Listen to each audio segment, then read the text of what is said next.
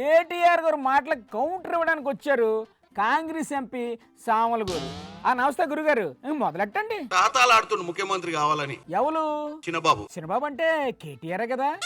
CM అవుతానంటే అందులో తప్పేటి ఉందండి.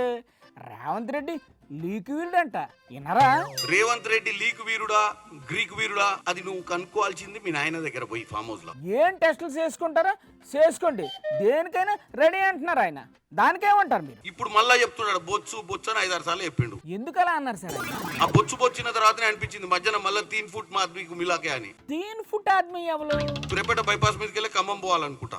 పూల మీద డాబాలు బాగుంటాయి. మరి ఆడేనన్నా కలిసి రాయింది, వీళ్ళు కలిసి 2 వేసుకొని బయలుదేరిండి ఆయన ఖమ్మంకి. ఎందుకంటే ఏటో మీరు ఏం మాట్లాడుతున్నారో మాకేట అర్థం కావట్లేదు. నార్మల్ గా చాలా బాగా మాట్లాడతారు కేటీఆర్ గారు, ఇలా లైన్ తప్పి మాట్లాడుతున్నట్టు క్లియర్ గా కనపడుతుంది. మరి మీ పార్టీ వాళ్ళు మాటి మాటికి ఏదో ఒకటి అంటుంటే కోపం రాదా? ఇలా ఒకసారి చూడండి, ప్రెస్ మీట్ చూసినప్పుడు ఒక కాగితం మీద రాసుకొని వచ్చిండు 5-6 సామెతలు. మీరు కూడా రాసుకొచ్చారా ఏంటి సామెతలు? నేను ఆయన లెక్క సామెతలు ఏం రాసుకొని రాలే. అయితే ఇప్పుడు ఏత అంటారు? ఎవడో రాసి ఇచ్చిన సామెతలు చదువుకుంటా రోడ్ల మీద తిరగకు, 4 రోజుల తర్వాత తీసుకుపోయి ఎర్రగడ్డలా పడేస్తారు నిన్ను. ఇప్పుడు గొడవ సామెతల గురించి కాదు సార్. ఢిల్లీలో జరిగిన మీటింగ్ లో బనకసర్ల మీద చర్చించలేదని సీఎం గారు చెప్పారు.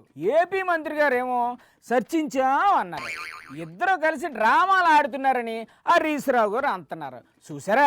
అక్కడ నిమ్మల ప్రెస్ బనకచర్ల కూడా అయిందా అంటే అన్నాడు. అంటే అవును అన్నట్టే కదా. అన్నందుకు అబ్బా భలే దొరికిందిరా పాయింట్ అని చెప్పి రాత్రి 7 వాళ్ళ బావ జర్ర నురికొచ్చి స్కేటింగ్ వేసుకొని వచ్చి ప్రెస్ మీట్ పెట్టి. మరి లేట్ చేస్తే మళ్ళీ మీరు ఏదైనా కవర్ డ్రైవ్ చేస్తారేమోనని ప్రెస్ మీట్ పెట్టినట్టుంది. ఎవరు రాసిస్తుండు నీకు స్క్రిప్ట్? ఏంటి బాగోలేదా స్క్రిప్ట్? నేతి బీరకాయ కథ నీదే. అంటే తెలంగాణ సెంటిమెంట్ మీద నిన్ను అధికారంలోకి తెస్తే ఛత్రపతి శివాజీ అయితాను ఓవర్ కాన్ఫిడెన్స్ తోటి టీని బీకి బీన్ పెడితివి. బీ పెడితే ఏమైంది సార్? బీన్ పెడితే బొంద పెడితివి, 0 వచ్చే. పేర్లో ఏటుంది సార్? ఎన్నికల ముందు మీరు ఇచ్చిన అడ్డగోలు హామీలు నమ్మి ప్రజలు కాంగ్రెస్ పార్టీని గెలిపించారు తప్ప బీ వచ్చి టీ మీద వాడడం వల్ల కాదు అని అంటున్నారు టీఆర్ఎస్ పార్టీ వాళ్ళు.